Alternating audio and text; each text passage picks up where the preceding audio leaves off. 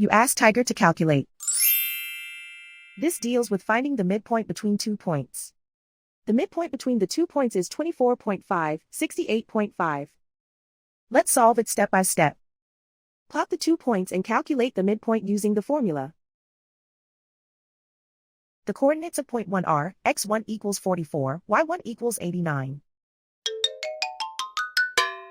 The coordinates of point 2 are, x2 equals 5, y2 equals 48. PM represents the midpoint of the 2 points.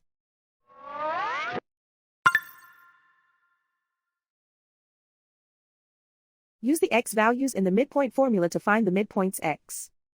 x1 equals 44. x2 equals 5.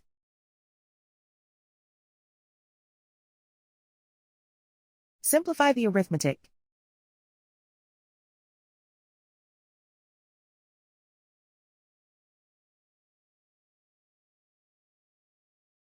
Use the y values in the midpoint formula to find the midpoints y. y1 equals 89.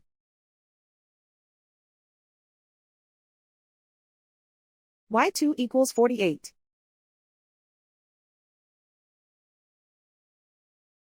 Simplify the arithmetic.